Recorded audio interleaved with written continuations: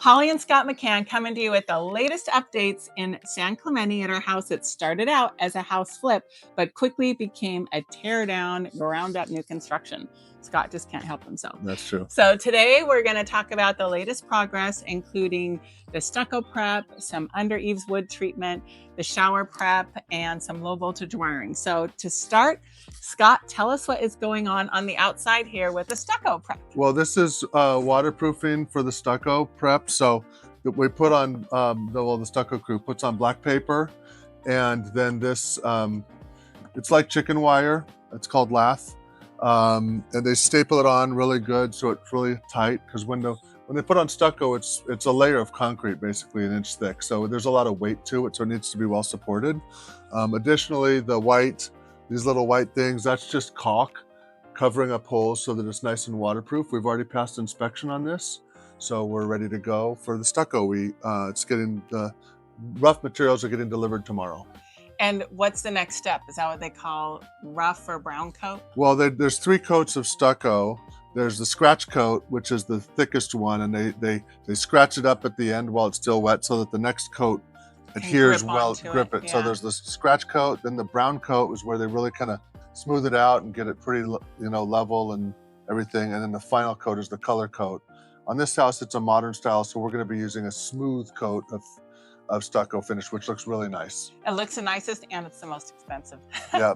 Hey, while we're here, this is reminding me of electrical. So we've been doing all the mechanical parts of the house, which is mechanical, electrical, plumbing, and HVAC, like all that stuff. So I guess that's going to be some kind of a light that's hanging out there. Actually, this is going to be for a Ring doorbell. Oh, I usually forget doorbells. Oh, yeah. But this time I remembered. We're remembering the doorbell. So this is like a Cat 6 wire for the Ring doorbell. Video and audio. Okay, well, let's go check out the inside. What about the wood treatment? Oh, we're right here for the wood treatment. So tell us what this is, how it was done, and most important to me, being the accountant in the relationship, how much it cost. So it's pretty expensive. I'll get back to that. In fact, maybe I don't want to tell you how much it is. But it's a hardwood, and I think it looks awesome. It totally upgrades the home to kind of like next level. So we're putting this wood treatment on all of the eaves, on the underside of the eaves, all around the home. Additionally, what really sets it off is the perimeter 6 inches is going to get a stucco band, 6 inches wide of white stucco, and then it really makes this wood treatment pop.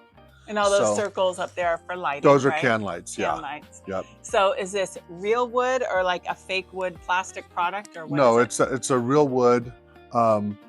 I hesitate to put real wood on siding because it's going to get wet in the sun, but on the underside, I'm happy to do real wood because it just looks so unbelievably great. It was about $25,000. Whew. I sure hope it elevates it as much as you think it will. I think it does. We ran these Cat 6 wires throughout the house.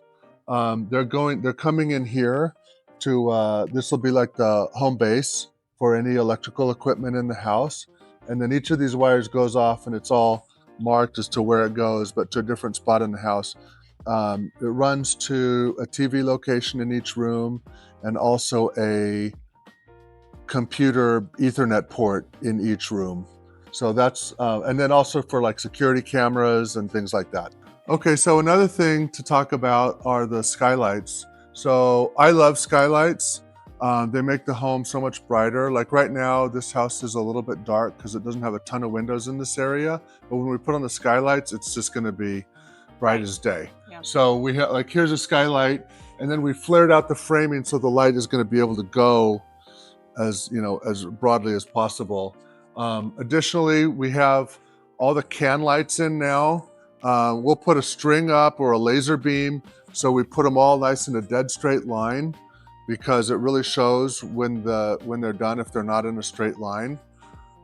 Additionally, this orange pipe here, that's fire sprinklers going in. All new construction houses need fire sprinklers these days. So that's what that is. And additionally, like this box right here, this kind of long, skinny box, that's a linear vent. So that's for the heating and air conditioning. You can see the silver ducts bringing the hot and cold air to it. So that's just the rough installation right now. After we drywall it, then they'll put a finished trim piece on it, look really nice. We are now standing in the future primary suite shower. Look how huge this thing is. So, Scott, tell them about what's going on here and what's this little thing in the wall about? So this is, I would call it a shampoo shelf or a soap shelf. We're gonna have the shower valve here. That's where you control. The shower head will come out here. And then this will be for a wand where you can like kind of detach it and spray yourself off or spray your partner. This has already been hot mopped. They come and bring like hot tar and make it super, super waterproof in the shower pan. That's called the shower pan. Then they put black paper, waterproof paper. That's the real waterproofing of the walls. It's not the tile itself, but this black paper, and it overlaps so that water's always, you know, it doesn't go underneath. It just overlaps and overlaps. It always stays on the outside. Yeah. Then they put on this hardy backer, which is like a 1/2 inch thick cement board. And then we put a second layer of waterproofing over that. This red paint stuff is called Red Guard, which is another layer of waterproofing. And we're not done with that yet. And then the tile, or in this case slabs of stone, will go on top of this. Now we're still not done. We need to extend it taller. We have to find out which slabs we're gonna buy and see how tall they are before we decide how tall to make this. How tall is the ceiling in here? It's 10-foot ceiling in the whole house. Yeah. So, yeah. So we gotta decide how high the stone will go. It doesn't come in 10-foot slabs, so it will be less than 10 feet, but it'll be plenty high. I mean, it'll be at least 8 feet. Okay, very So nice. we've got to extend that up still. So that's a quick recap of where we're at now. Scott, what is coming up next?